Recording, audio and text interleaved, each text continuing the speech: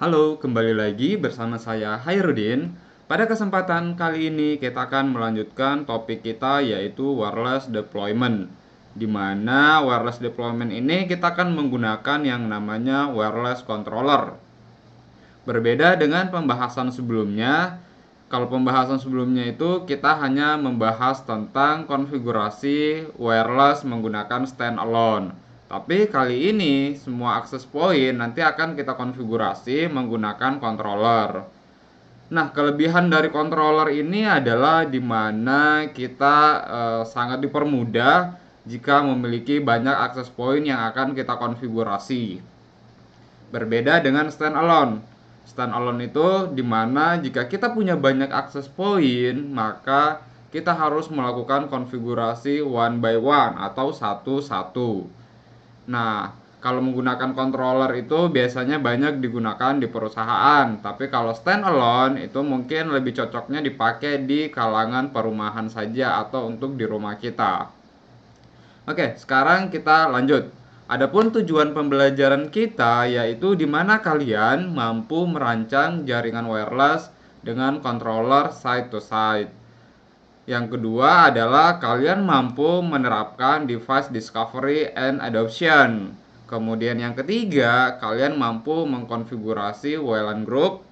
Kemudian yang berikutnya adalah kalian mampu mengkonfigurasi service set identifier pada jaringan wireless atau biasa disebut dengan SSID. Kemudian yang terakhir adalah kalian mampu mengkonfigurasi keamanan jaringan wireless atau WLAN. Dalam artian di sini kalian bisa mengkonfigurasi authentication. Oke, sekarang kita langsung saja ke wireless controller. Nah, pada simulasi kali ini atau pada demo kali ini, jadi biar kita langsung pahami, yaitu sebaiknya kita juga melakukan praktek.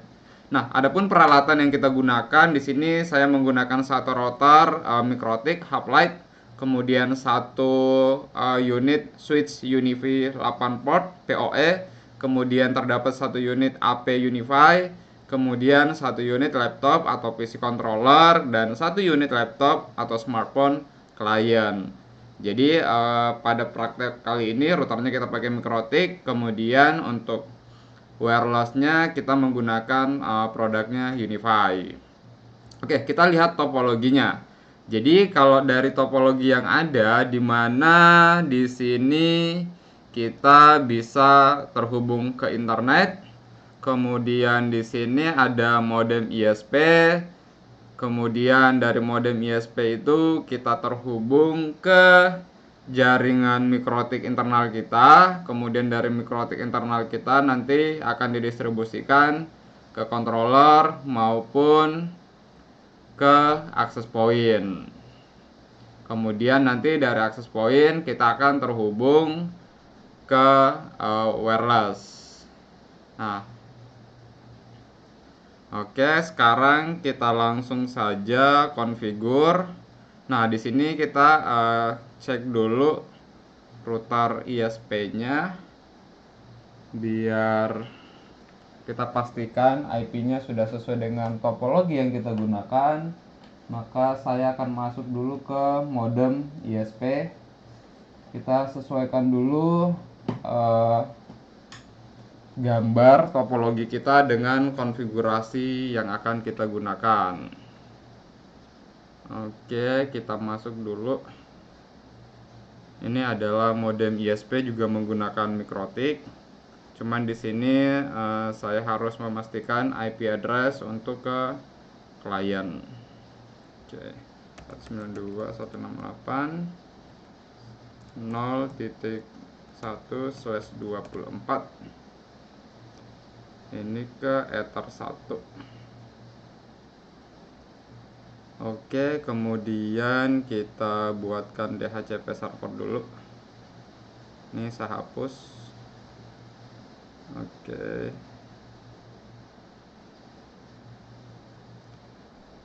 Oke, itu tadi konfigurasi untuk router ISP, tapi itu teman-teman nggak usah diperhatikan. Sekarang kita masuk ke router utama. Nah, router utama ini ialah router yang akan kita konfigurasi. Anggaplah yang tadi itu adalah konfigurasi dari ISP yang akan diberikan ke router kita. Tapi biasanya kalau di ISP kan kita nggak punya akses. Nah, sekarang kita akan masuk ke router kita, yaitu router Mikrotik. Dimana di sini nanti kita akan mengkonfigurasi jaringan yang akan kita distribusikan dulu ke internal kita. Nah, sekarang kita buka dulu Mikrotiknya. Nah, di sini sudah kelihatan ini adalah hub light atau biasa disebut dengan RB9412ND. Sekarang kita masuk. Oke, jadi yang pertama yang harus kita lakukan, kita harus memastikan dulu bahwa router tersebut sudah mendapatkan IP dari ISP. Jadi nanti biar si klien kita yang terhubung ke WiFi itu bisa akses ke internet. Oke, kita gunakan DHCP klien aja karena ISP-nya memberikan kita IP secara otomatis. Pilih di Ether 1 karena Mikrotik kita atau router internal kita itu terhubung ke ISP pada port 1 atau Ether 1. Oke, di sini disable, kita harus enable dulu. Oke, sekarang kita sudah mendapatkan IP dari ISP-nya. Berarti kita tinggal setting yang namanya firewall NAT. Kemudian kita add. Ini general chainnya SR channel, kemudian kita action, pilih MySQRed dan apply. Setelah itu sudah. Nah, tugas yang kedua adalah kita harus konfigurasi dulu IP address untuk jaringan lokal kita atau jaringan LAN kita. Kemudian kita masukkan IP-nya sesuai dengan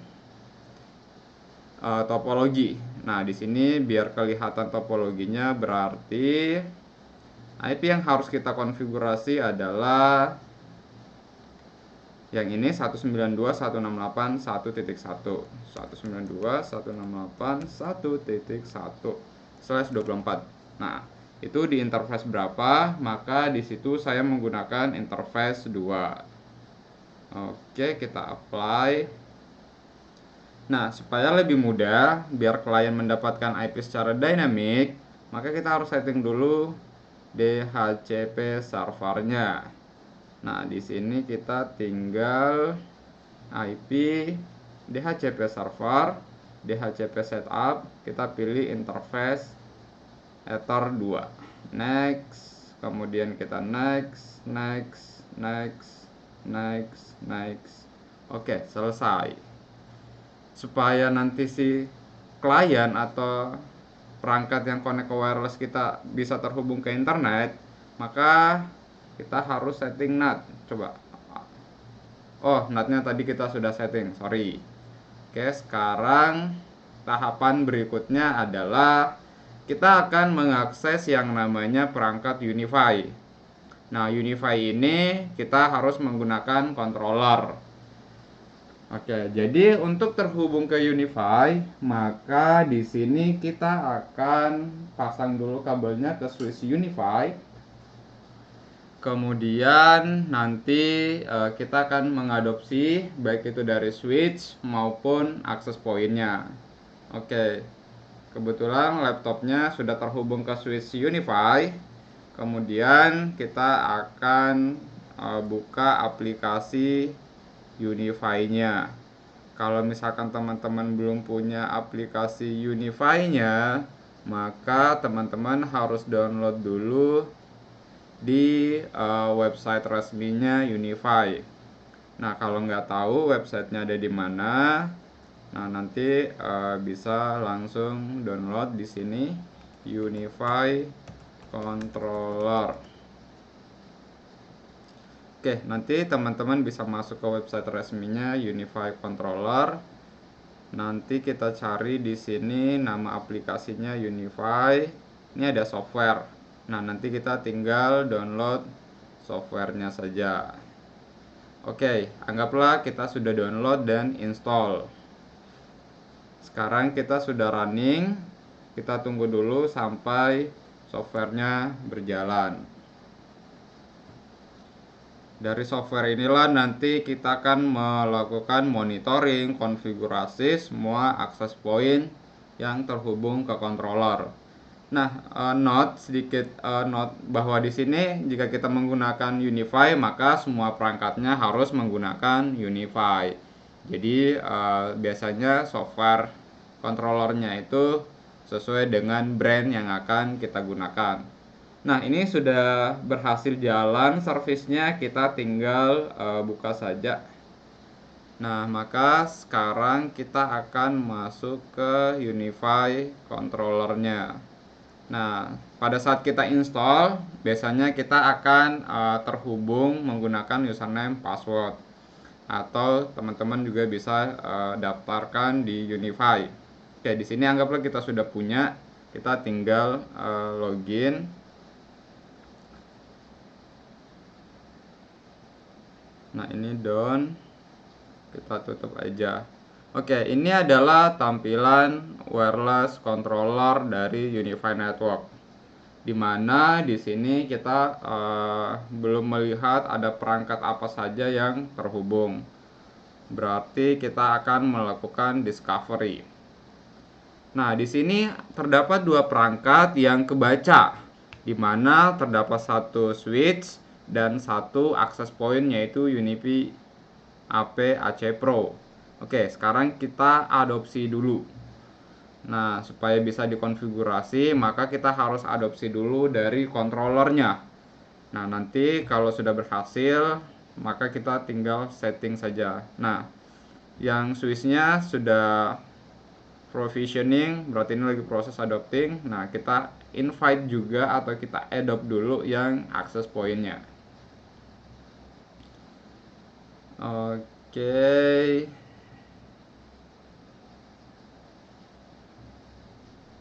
Oke, sekarang lagi adopting. Kita tunggu sampai prosesnya selesai. Oke. Ini kita tunggu dulu ya prosesnya selesai atau kita refresh. Oke, switchnya sudah berhasil. Kemudian akses pointnya lagi provisioning. Nah, di sini kita bisa melihat bahwa si switch UniFi-nya itu sudah mendapatkan IP, di mana IP-nya 192.168.1.253 dan akses pointnya juga sudah mendapatkan IP. Oke, sekarang kita langsung saja ke konfigurasinya. Nah, gimana sih cara setting konfigurasi di UniFi? Pertama-tama itu kita harus buat profile dulu. Caranya gimana? Kita masuk ke menu setting. Oke, di menu setting ini kita memastikan bahwa site name-nya ini terserah teman-teman mau pakai default atau mau create site baru. Di sini saya gunakan default saja. Kemudian negaranya pilih sesuai dengan negara kita ya, karena kebetulan kita menggunakan Indonesia, lagi di Indonesia, jadi kita pilih negaranya Indonesia. Kemudian ini udah default aja. Yang paling penting itu masuk ke wireless network. Nah, di wireless network ini kita secara default itu sudah dibuatin nama SSID-nya apa, kemudian security-nya apa. Tapi di sini kita tidak akan gunakan, melainkan kita akan membuat profile baru atau grup baru. Misalkan kita create dulu namanya, kita kasih nama aja tes. Nah, di sini enable legacy support 11B kita nggak usah karena sekarang juga sudah tidak banyak ya yang menggunakan ini udah ketinggalan zaman. Ya, save. Nah, setelah kita buat grupnya, di sini ada default, sudah ada SSID-nya. Sekarang kita pilih yang tes. Di sini masih kosong. Nah, gimana caranya supaya kita bisa membuat SSID? Jadi tinggal create new wireless network. Oke, di sini kita kasih nama misalkan tes. Tes. Kemudian security-nya apa? Di sini kita bisa pilih WPA personal aja, kita kasih password misalkan 123456778.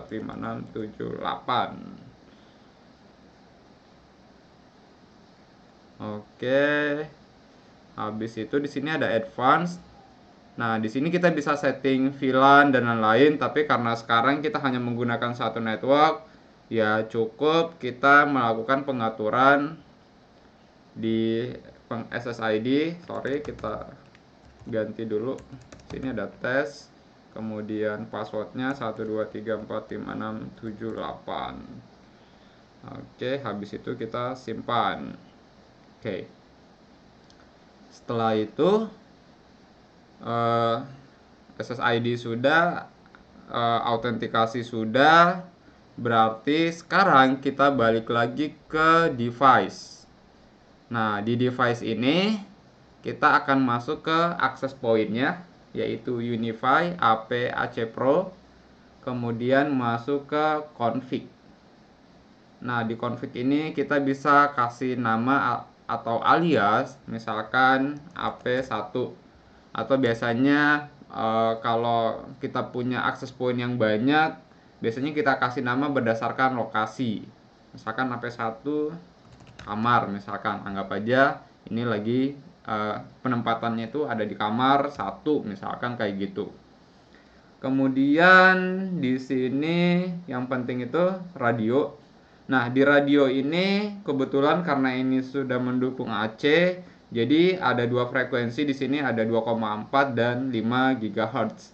Nah, di 2,4 itu kita bisa pilih defaultnya dia menggunakan 20 MHz.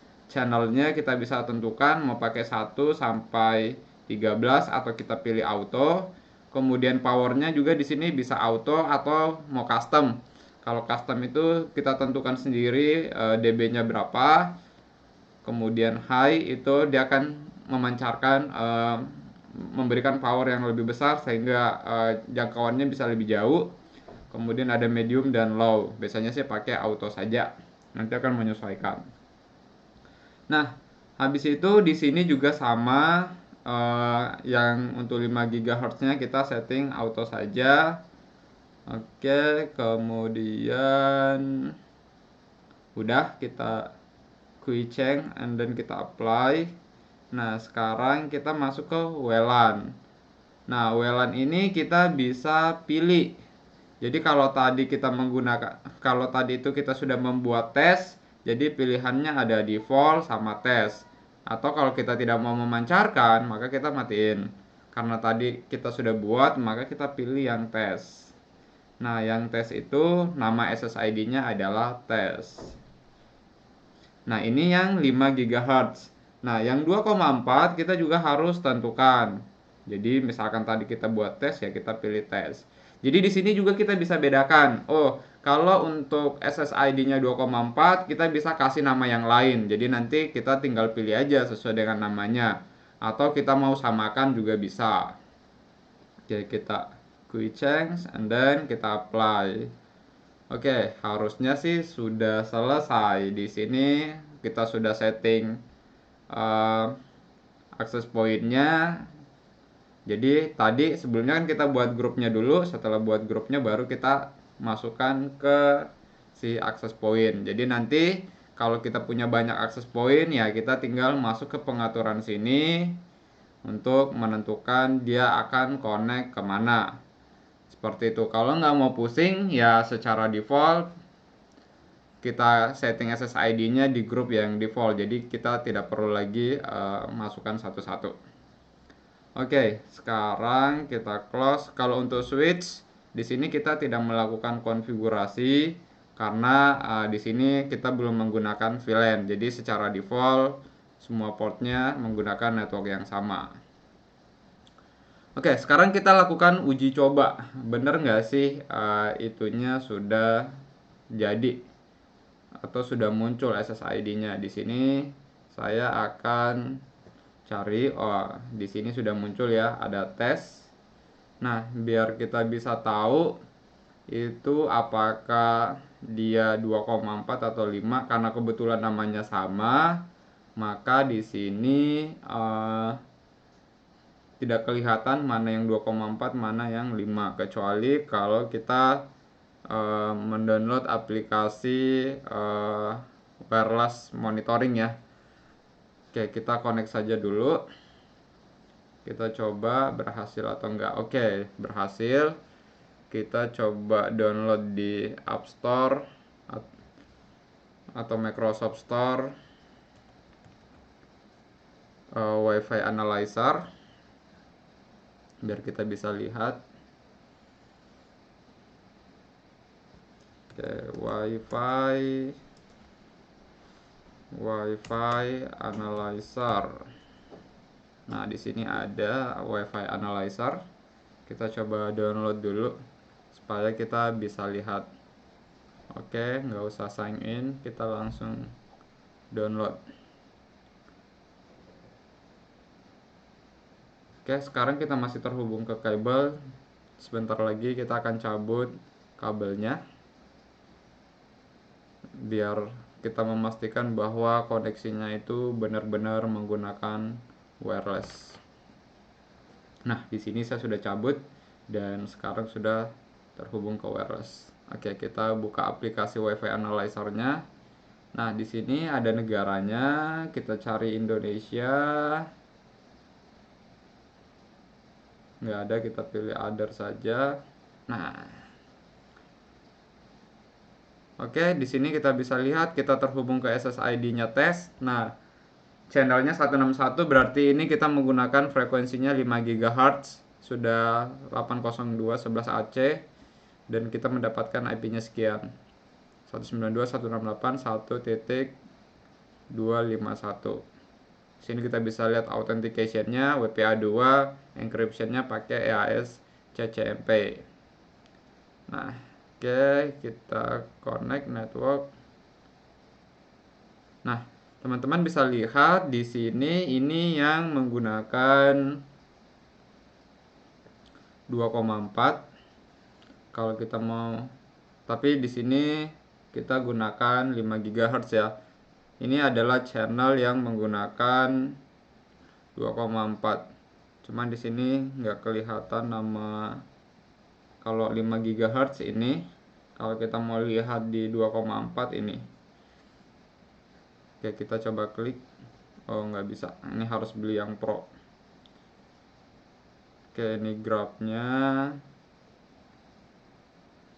Oke, kita show SSID. Nah, oke, nah sekarang sudah kelihatan SSID-nya bahwa yang kita buat tadi itu karena dia auto, dia menggunakan channel 11. Ini adalah tes dan ini adalah wireless yang ada di sekitar sini. Sekarang kalau kita tampilin, oh ternyata di daerah sini itu hanya ada 2 perangkat yang menggunakan wireless AC atau yang memancarkan wireless AC. Yang ini adalah KH Visra, ini access point yang ada di rumah saya. Kebetulan saya lagi buat video ini di rumah saya. Dan ini adalah access point yang kita baru buat tadi. Jadi kalau kita lihat di sini itu untuk 5 GHz atau yang AC itu tidak ada yang overlapping. Jadi di sini kalau kita berbicara kualitas sinyal, kecepatan ini bisa lebih maksimal. Berbeda di 2,4. Kalau pembahasan sebelumnya kita pernah belajar tentang overlapping. Nah, di sini sudah nggak ada channel lagi yang bersih, melainkan semuanya sudah digunakan dan saling tumpang tindih. Oke, seperti itu konfigurasi wireless controller. Jika ada yang mau ditanyakan, silakan komen nanti ya di bawah.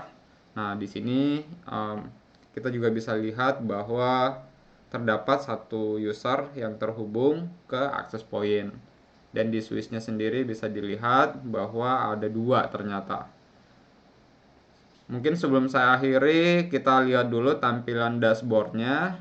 Nah, di dashboard-nya itu kita bisa lihat ada satu switch, ada satu access point, ada satu WiFi client. Nah, di sini kita bisa lihat bahwa tadi access point-nya itu menggunakan channel 11, untuk 5 GHz-nya itu menggunakan 161. Sebenarnya nanti di sini tuh bisa memperlihatkan berbagai macam informasi ya, kayak WiFi client. Kemudian di sini kita bisa lihat nanti beberapa informasi yang berhubungan dengan WiFi metric.